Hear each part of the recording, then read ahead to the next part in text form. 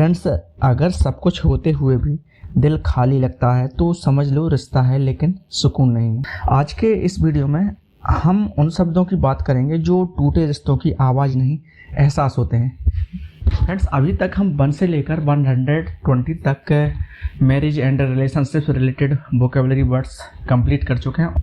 Topic wise vocabulary में जो हमने टॉपिक लिया था मैरिज एंड रिलेशनशिप, उसका ये लास्ट पार्ट है और इसके बाद हम कोई नया टॉपिक लेंगे, उस पर से हम इसी तरीके से part by part vocabulary words लाएंगे और उनको डिस्कस करेंगे। तो आज की जो हमारा टॉपिक है वो है marriage and relationship related vocabulary, जिसका कि ये लास्ट पार्ट है। जो हमारा आज का पहला वर्ड है वो है 121 इमोशनल वाइड। इमोशनल वाइड का मतलब होता है अंदर से खालीपन होना या अंदर से खालीपन महसूस होना। जब कभी इंसान रिश्ते में होता है लेकिन खुद के साथ नहीं होता है, मतलब कभी कभी क्या है, इंसान रिश्ते में तो होता है लेकिन खुद के साथ नहीं होता है, तो वह क्या है, अंदर से खुद को खाली खाली सा उसको महसूस होता है। और इसी खालीपन को हम बोलते हैं इमोशनल वाइड, जिसका मतलब होता है अंदर से खालीपन महसूस होना। अब जो नेक्स्ट वर्ड है वो है साइलेंट ट्रीटमेंट। साइलेंट ट्रीटमेंट मतलब होता है बात करना बंद कर देना। चूंकि हम यहाँ पर marriage and relationship related vocabulary discuss कर रहे हैं तो उसी सेंस में हम यहाँ पर बात करेंगे। साइलेंट ट्रीटमेंट मतलब होता है बात करना बंद कर देना, सजा की तरह। जब कोई लड़ाई नहीं करता, बस चुप हो जाता है और हमेशा क्या है, वो चुप रहता है, वो चुप बोलता ही नहीं, और वहीं चुप्पी क्या सामने वाले को अंदर से क्या झुंझला देती है, उसको मार देती है, अंदर ही अंदर उसको तोड़ देती है, ऐसा हम बोल सकते हैं। तो ऐसी स्थिति को हम बोलते हैं साइलेंट ट्रीटमेंट, जिसका मतलब होता है बात करना बंद कर देना। अब जो नेक्स्ट वर्ड है वो है 123 अनस्टेबल रिलेशनशिप। अनस्टेबल रिलेशनशिप मतलब होता है अस्थिर रिश्ता। मतलब जो रिश्ता स्थिर होता है उसके लिए हम स्टेबल रिलेशनशिप यूज करेंगे, और यहाँ पर है अनस्टेबल रिलेशनशिप मतलब होता है अस्थिर रिश्ता। जिस रिश्ते में आज प्यार, कल झगड़ा, परसों दूरी, इस तरीके से चलता रहे, तो वह रिश्ता जो है स्थिर नहीं होता, वो अनस्टेबल होता है। तो इस तरीके की रिलेशनशिप को हम बोलते हैं अनस्टेबल रिलेशनशिप, जिसमें आज प्यार है, कल झगड़ा है, फिर परसों दूर हो गए, तो ऐसी स्थिति को बोलते हैं हम अनस्टेबल रिलेशनशिप, मतलब अस्थिर रिश्ता। अब जो नेक्स्ट वर्ड है वो है इमोशनल कॉन्फ्लिक्ट। इमोशनल कॉन्फ्लिक्ट का मतलब होता है दिल और दिमाग की लड़ाई। यह वो है कंडीशन है फ्रेंड्स, जब दिल कुछ और चाहता है और दिमाग कुछ और चाहता है, तब क्या है, दिल और दिमाग के बीच में एक टकराव पैदा होता है। तो उस ऐसे टकराव की स्थिति को हम बोलते हैं इमोशनल कॉन्फ्लिक्ट, जिसका मतलब होता है दिल और दिमाग की लड़ाई। अब जो हमारा नेक्स्ट वर्ड है वो है 125 loss of trust. Loss of trust मतलब होता है भरोसे का टूटना। जब एक बार भरोसा टूटता है तो जो सच होता है ना, वो भी हमको क्या है, झूठ लगने लगता है। जब हम किसी पर भरोसा करते हैं, बहुत ज़्यादा भरोसा करते हैं, और वो हमारा भरोसा तोड़ दे, फिर दोबारा कोई हमारे सामने सच्चा बनकर भी हमारे सामने आएगा, तो कहीं ना कहीं हम उसके सच पर भी भरोसा नहीं कर पाएंगे। तो इस कंडीशन को बोलते हैं लॉस ऑफ ट्रस्ट, मतलब भरोसे का टूटना। मतलब एक बार भरोसा किया, अब दोबारा किसी और पर जब भरोसा ना हो, तो वहाँ पर हम यूज कर सकते हैं लॉस ऑफ ट्रस्ट, मतलब भरोसे का टूटना। अब जो नेक्स्ट वर्ड है वो है इमोशनल स्कार। इमोशनल स्कार का मतलब होता है पुराने दर्द का निशान। जो मानसिक रूप से हम परेशान रहते हैं जिस दर्द को लेकर, वो हमेशा ही वो दर्द, उस तरीके का दर्द हमेशा हमारे दिमाग पर छाया हुआ रहना, तो उस स्थिति को हम बोलते हैं इमोशनल स्कार, मतलब पुराने दर्द का निशान। इसका मतलब है कि घाव बढ़ जाता है, लेकिन क्या है, जो निशान है, पुरानी यादें हैं, पुरानी कड़वी यादें हैं, वो कहीं ना कहीं दिमाग में बनी रहती हैं। तो ऐसी स्थिति को बोलते हैं इमोशनल स्कार, मतलब पुराने दर्द का निशान। अब जो नेक्स्ट वर्ड है वो है 127 अनरिजॉल्व्ड फीलिंग। अनरिजॉल्व्ड फीलिंग मतलब होता है अधूरी भावनाएं। मतलब जो बातें कभी कही ही नहीं गई और जो सवाल कभी पूछे ही ना गए हों, तब उस तरह की कंडीशन को हम बोलते हैं अनरिजॉल्व्ड फीलिंग, मतलब अधूरी भावना जो हमने ना कही है, ना कहीं हमने किसी से कही, और ना ही किसी के सामने हमने एक्सप्रेस की। अब जो नेक्स्ट वर्ड है वो है अटैचमेंट इश्यूज। अटैचमेंट इश्यूज मतलब होता है जुड़ाव से जुड़ी समस्या, या तो जरूरत से ज्यादा चिपक जाना या बिल्कुल दूर भाग जाना, ऐसी कंडीशन को बोलते हैं अटैचमेंट इश्यूज। या तो आप ज्यादा चिपकू हो गए हैं या आप जरूरत से ज्यादा किसी से भाग रहे हैं, तब ये स्थिति को बोलते हैं अटैचमेंट इश्यूज, मतलब जुड़ाव से जुड़ी समस्या। अब जो नेक्स्ट वर्ड है वो है इमोशनल वल्नरेबिलिटी। इमोशनल वल्नरेबिलिटी का मतलब होता है भावनात्मक रूप से कमजोर स्थिति। जब इंसान बहुत जल्दी टूट जाता है और छोटी बात भी उसके लिए क्या है बड़ा दर्द बन जाती है, तब हम इमोशनल वल्नरेबिलिटी का यूज करते हैं, जिसका मतलब होता है भावनात्मक रूप से कमजोर स्थिति। मतलब कोई छोटा सा दर्द भी बड़ा रूप ले लेना, छोटी बात भी क्या है बड़ा दर्द जब बन जाए, तो वहाँ पर हम इस वर्ड का यूज कर सकते हैं। अब जो हमारा नेक्स्ट वर्ड है वो है 130 fear of abandonment. Fear of abandonment मतलब है छोड़े जाने का डर।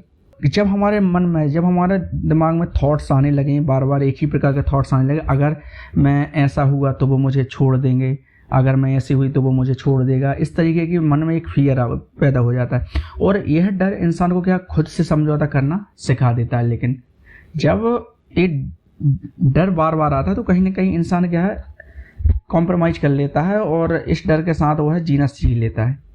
तो यहाँ पर होता है फियर ऑफ अबैंडनमेंट का मतलब होता है छोड़े जाने का डर, कि जब कोई हमें छोड़ ना दे बीच में ही, तब उस तरीके का जब हमारे अंदर फियर क्रिएट हो तो वहाँ पर हम इस वर्ड का यूज करते हैं फियर ऑफ अबैंडनमेंट।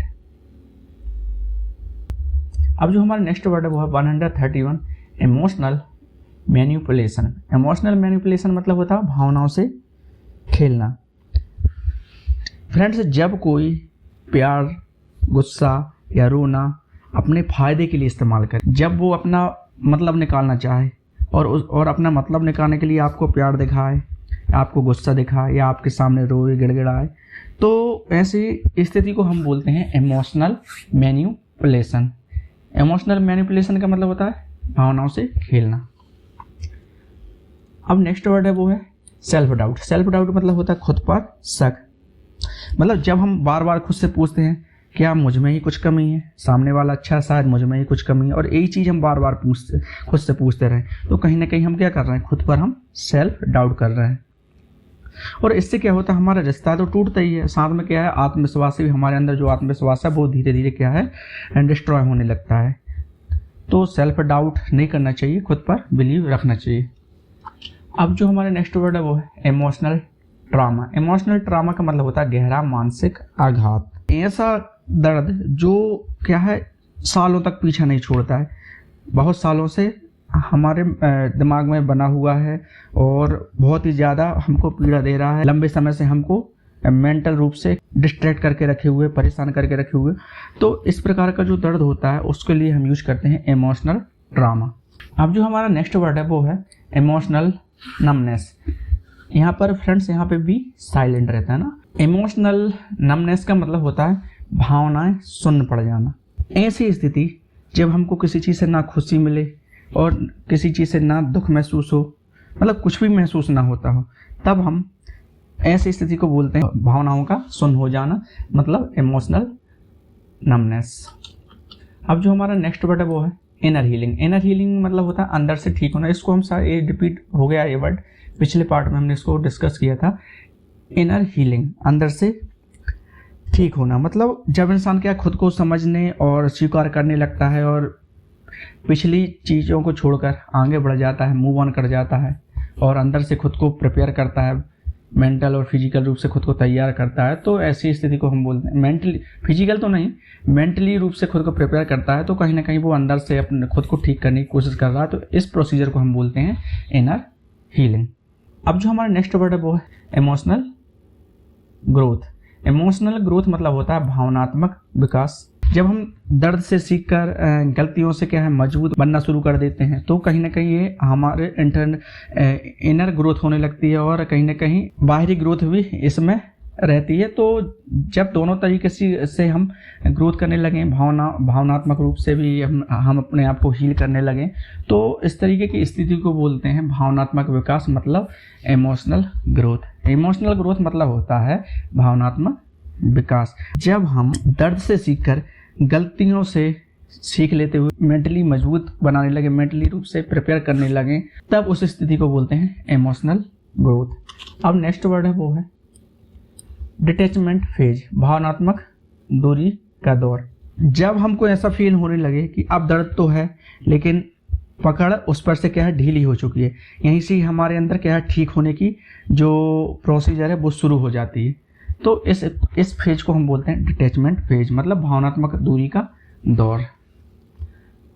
अब जो नेक्स्ट वर्ड है वो है इमोशनल अवेयरनेस। इमोशनल अवेयरनेस का मतलब होता है अपनी भावनाओं की समझ, मैं क्या महसूस कर रहा हूँ और क्यों महसूस कर रहा हूँ, इस तरीके की जब हमारे अंदर समझ पैदा हो जाती है और खुद को जब हम समझाना शुरू कर देते हैं तो कहीं ना कहीं हमारे लिए एक प्रकार से पावरफुल टूल साबित होती है। तो जब हमारी कंडीशन ऐसी हो कि हम खुद से सोचते रहें कि मैं क्या महसूस कर रहा हूँ और क्यों कर रहा हूँ, तो कहीं ना कहीं हम अवेयरनेस दिखा रहे हैं, इमोशनल अवेयरनेस दिखा रहे हैं, तो इस स्थिति को बोलते हैं इमोशनल अवेयरनेस, मतलब अपनी भावनाओं की समझ। अब जो नेक्स्ट वर्ड है वो है सेल्फ रिफ्लेक्शन। सेल्फ रिफ्लेक्शन का मतलब होता है खुद का आत्म मंथन, मतलब दूसरों को दोष देने की जगह खुद के अंदर झांकना, खुद को देखना। जब हम दूसरों के अंदर दोषों को देखना बंद कर खुद के दोषों को दूर करना शुरू कर देते हैं, खुद को देखना शुरू कर देते हैं, यहीं से क्या है बदलाव शुरू हो जाता है। तो इस कंडीशन को हम बोलते हैं सेल्फ रिफ्लेक्शन, मतलब खुद का आत्म मंथन।